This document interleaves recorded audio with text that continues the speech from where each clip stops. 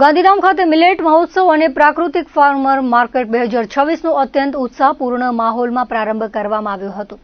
ગુજરાત સરકારના કૃષિ ખેડૂત કલ્યાણ અને સહકાર વિભાગ દ્વારા આયોજિત આ વિશેષ મહોત્સવનો ઉદ્દેશ્ય મિલેટ્સ એટલે કે જાડા ધાન્યના વપરાશને પ્રોત્સાહન આપવો અને પ્રાકૃતિક ખેતી કરતા ખેડૂતોને સીધું બજાર પૂરું પાડવાનો હતો। ગાંધીધામના ટાગોર રોડ પર આવેલા દાદા ભગવાન પ્લોટ ખાતે યોજાયેલા આ કાર્યક્રમમાં રાજ્યના ઉચ્ચ અને તાંત્રિક શિક્ષણ મંત્રી ત્રિકમભાઈ છાંગાએ મુખ્ય અતિથિ તરીકે ઉપસ્થિત રહ્યા હતા અને આ પ્રદર્શન તેમજ બજારનો વિધિવત પ્રારંભ કરાવ્યો હતો।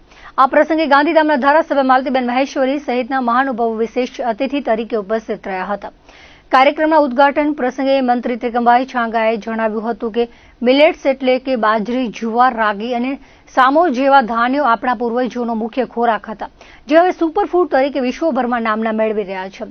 વડાપ્રધાન નરેન્દ્ર મોદીના વિઝન મુજબ વર્ષ 2023ને આંતરરાષ્ટ્રીય મિલેટ વર્ષ તરીકે ઉજવાયું છે। હવે આપણે તેને જન જન સુધી પહોંચાડવાના લક્ષ્ય સાથે આગળ વધી રહ્યા છીએ।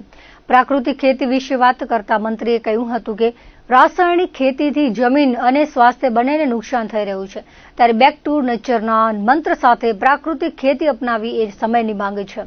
પ્રાકૃતિક ખેતી માત્ર પ્રદૂષણ મુક્ત ખોરાક જ નથી આપતી, પરંતુ ખેડૂતોના ખર્ચમાં ઘટાડો કરી તેમની આવક બમણી કરવામાં પણ ખૂબ જ મહત્વનો ભાગ ભજવે છે।